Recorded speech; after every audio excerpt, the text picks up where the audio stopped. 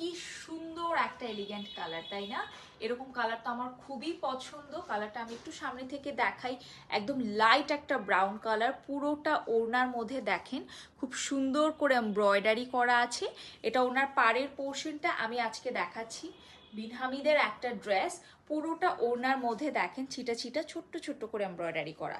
চমৎকার একটা dress. And এটার সাথে ড্রেসটা আমরা একদম লাক্সারি শিফনের মধ্যে পাচ্ছি। বিন হামিদের লাক্সারি শিফনের উপর কিন্তু আর কোনো কিচ্ছু নেই। ওকে, সো এটা চলে আসছে আমাদের ড্রেসটা, সেমি স্টিচের ড্রেস থাকছে।